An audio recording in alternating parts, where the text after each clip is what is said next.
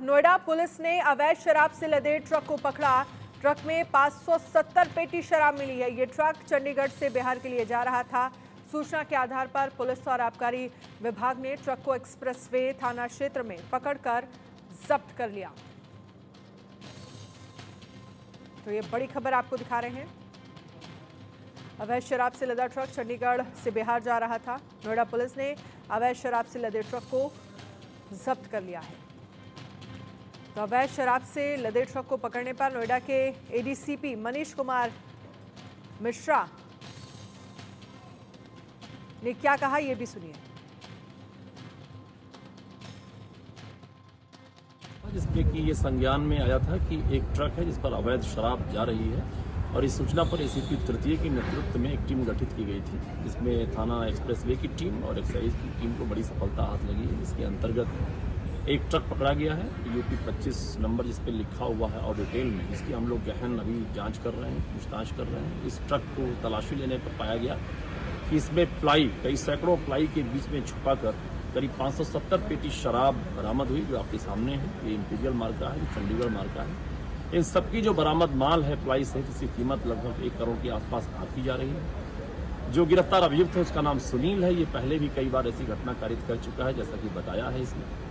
जहां से ये चला था, जहां इसको लेकर जाना था, जैसा कि इसने बताया है कि इसको बिहार आगामी त्यौहार के तहत इसकी खपत होनी थी, जहां लेकर जा रहा था, उसके बारे में हमारी टीम, इलेक्ट्रॉनिक सर्विलांस की टीम लगातार काम कर रही है। शीघ्र ही इसमें जितने भी लोग और प्रकाश में आएंगे उनके विरुद्ध हम लोग कठोरतम वैधानिक कार्रवाई सुनिश्चित करेंगे।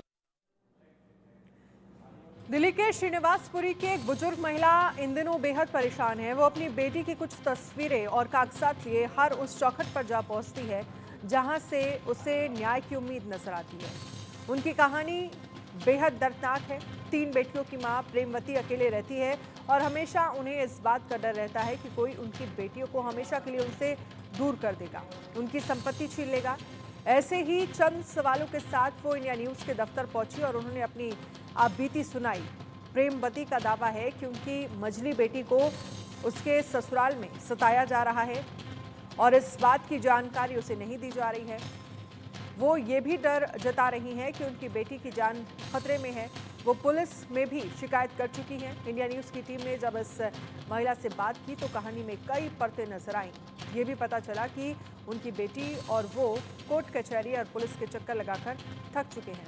प्रेमवती के आरोपों की सच्चाई क्या है, ये तो पुलिस की जांच से पता चलेगा, लेकिन इस खबर को दिखाने का हमारा मकसद बस इतना है कि प्रेमवती का दर्द उन अधिकारियों तक पहुंचे जो इस मामले की शिकायत की जांच कर रहे हैं।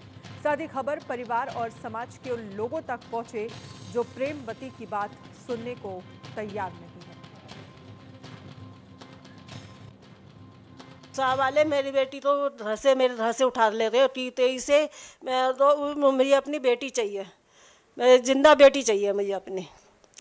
कृपया मेरी बेटी दिलाई जाए। हाँ, डर है मेरी बेटी तो मार देंगे। मेरी बेटी तो किसी तरह भी मेरी बेटी तो ढूंढ डांट मुझे मेरे हवाले कर दी जाए। सवाल तो कोर्ट में केस चल रहा था, वो धैर्य तो केस जीत रही है और पैसों तो केस जीत रही, तो सुसावालों को पैसे ना देने पड़े, सुसावालों ने इसलिए और सामान ना देना पड़े, इसलिए उन्होंने सबका ये मेरे संग में धरा है। पहले आई काट लिया, फिर उसके बाद में ये मेरी बेटी तो ले गए।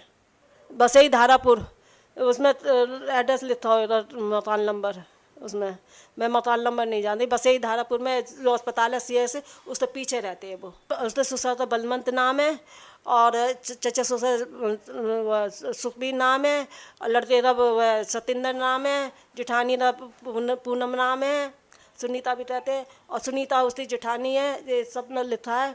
और जसबीर उसका जेठ है। मैं इनसे सबसे छीन के लाई थी। गुजरात के मोस्ट वांटेड सट्टेबाज दीपक धीरजलाल ठक्कर को दुबई में गिरफ्तार कर लिया गया है। मूल रूप से बानसकाठा के डिसा का रहने वाला दीपक ठक्कर दुबई में बैठकर पूरे सट्टेबाजी के रैकेट को चला रहा था। दीपक ठक्कर राज्य के कई शहरों में दर्ज अपराधों के लिए वांटेड था। दुबई पुलिस ने सीबीआई की रेड कॉर्नर नोटिस पर धीरज को गिरफ्तार किया था और गुजरात पुलिस भी दीपक ठक्कर को हिरासत में लेने के लिए दुबई पहुंच गई थी। गुजरात का एक और सट्टेबाज दुबई में पकड़ा गया है और अब उसके 2300 करोड़ के सट्टे के आरोप में पुलिस ने जांच शुरू की है। सट्टेबाजी के इस मामले में कुल 186 आरोपी हैं। पुलिस ने अब तक 36 आरोपियों को गिरफ्तार किया है। और बाकी के अपराधियों की धरपकड़ के लिए गुजरात पुलिस लगातार दबिश दे रही है।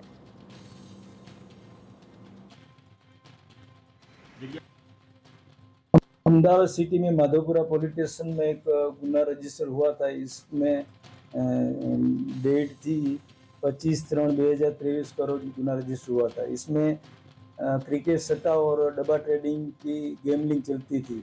इसमें मेन एक्यूज था हर्षिल जैन। इसके इन्वेस्टिगेशन दौरान पता चला कि इसमें जो डब्बा ट्रेडिंग का मेन गैमलिंग कर रहा था वो था दीपक ठक्कर। उसकी हमने जांच की तो वो दुबई में इसका पासपोर्ट मिला। इसके आधार पर हमने एलओसी की, रेड कॉर्नर नोटिस की। रेड कॉर्नर नोटिस के आधार पर हमने एक्स्ट्राडिशन दरखास्त भेजी दुबई में, और दुबई पुलिस ने एक्स्ट्राडिशन दरखास्त आधार यहाँ एस्कॉर्टिंग साथ आरोपी का कब्जा लेने के लिए यहाँ इंटीमेट किया। इस आधार पर यहाँ से एक डीआईजी, एक डीवाईएसपी और पीआई गुजरात एसएनसी टीम वहाँ गई और दुबई से आरोपी को हैंड ओवर किया, और इसके बाद यहाँ लाकर आज इसको 12:30 पर अरेस्ट किया है। यूपी के ग्रेटर नोएडा में गामा सेक्टर के पास एक नई एक्सयूवी कार में अचानक आग लग गई, जिससे सड़क पर अफरा तफरी मच गई। ये घटना उस समय घटी जब एक व्यक्ति अपनी नई कार से गामा सेक्टर की सड़क पर जा रहा था। अचानक कार के इंजन से धुआं उठता दिखाई दिया और देखते ही देखते आग की लपटों में पूरी कार को अपनी चपेट में ले लिया। आग इतनी तेजी से फैली कि चंद सेकेंड में ही कार जलकर राख हो गई। चालक ने साहस दिखाते हुए कार को किनारे किया और कार से कूदकर अपनी जान बचाई।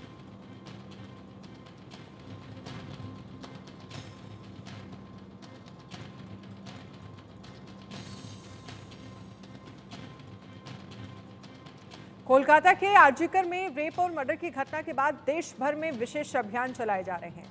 तमिलनाडु के कोयम्बटूर में नेशनल काउंसिल ऑफ विमेन ने एक काउंसलिंग सेशन में हैरान करने वाले खुलासे किए हैं। गवर्नमेंट विमेन कॉलेज में काउंसलिंग के दौरान छात्राओं ने बताया कि 3 प्रोफेसर और एक लैब टेक्नीशियन उनके साथ छेड़छाड़ करता है। सेक्सुअली अब्यूज करने के आरोपों के बाद इन सभी को गिरफ्तार कर लिया गया है। 7 छात्राओं ने इस मामले में शिकायत की है। उन्हें सेक्सुअल फोटो और अश्लील मैसेज किए जाते थे। पुलिस ने इस मामले में शिकायत दर्ज कर फौरन एक्शन लिया है। महिला अधिकारियों की एक स्पेशल टीम इस पूरे मामले की जांच कर रही है।